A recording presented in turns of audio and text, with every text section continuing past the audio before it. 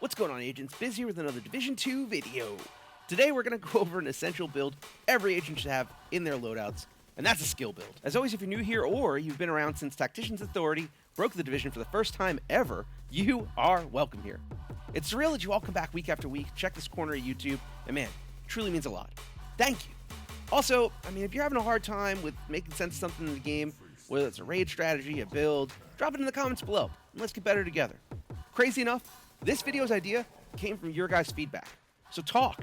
I listen. While you chew on that, let's strap up, crack an ice cold liquid death, and get down to it.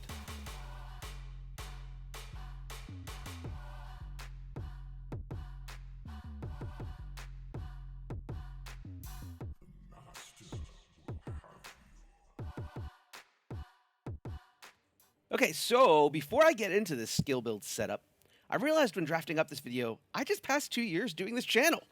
That's a huge milestone, and I want to take some time to thank those who've been around from day one. Through the awkward phase when I was still trying to find my voice, to my COVID hiatus, there have been some people that have always been there. First things first, gotta thank Mrs. Biz for giving me the space and time to create, along with a kick in my butt to stay focused when all I want to do is raid sometimes. I also want to shout out my good buddies Jim and Lucas. Both have supported the channel and myself by being great friends and teammates. I don't think there's a video that Lucas hasn't commented on. So dude, thank you so much. And Jim, you're the man. A huge thank you too to GC Rock and Kamikaze Von Doom for giving me and other creators a space to build our own and also promote on your platforms. I know you guys built something special, so letting us build too, super huge. Thank you. There are a ton of other people too, just don't have the time to name them all. But just know, whether you've raided with me, provided me some advice on a build, or even trolled me for playing on hard, thank you for fueling this passion project to help people get better together.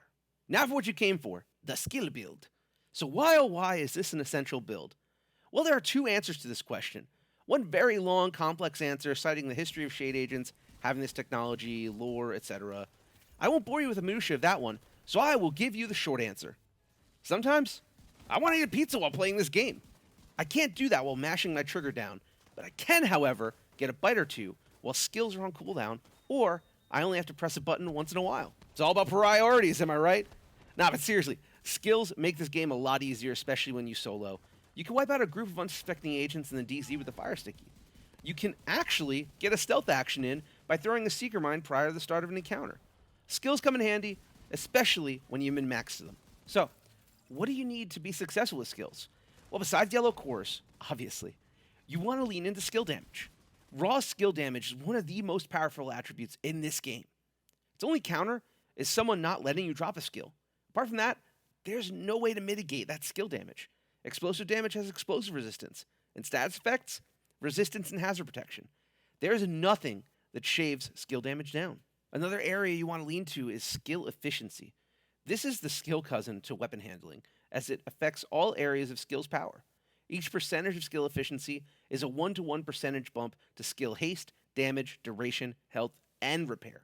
This is a very powerful attribute to have in any skill build player's arsenal. Now that we know the players on the attribute side of this essential build, let's pop the hood and see how we use those two areas to the max. To start, we build this on a demolitionist specialization.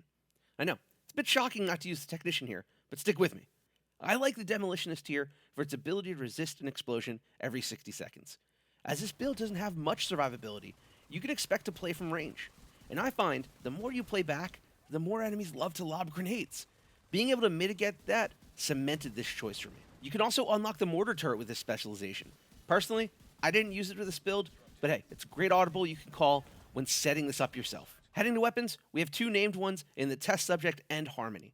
These weapons are going to be crucial to this setup as you get perfect in sync with both of them. Not Backstreet Boys or 98 Degrees, in sync grants 20% skill damage when you hit an enemy with a weapon, and 20% weapon damage when you use a non-shield skill.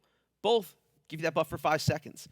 This has no cooldown, and if both buffs are active, the 20% doubles to 40% for both skill and weapon damage.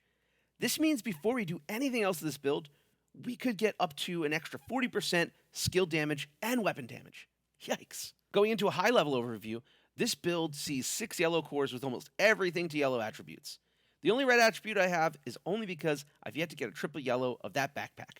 Don't mind it, it'll be yellow soon enough. As we drill into the gear, we see 3 pieces of Empress International, granting 10% bonuses each to skill health, damage, and efficiency. We also use 2 pieces of Hana U for bonuses to skill damage and haste, both at 10% each respectively. Going further into the backpack and chest bonuses, our Hana U backpack is the named Force Multiplier.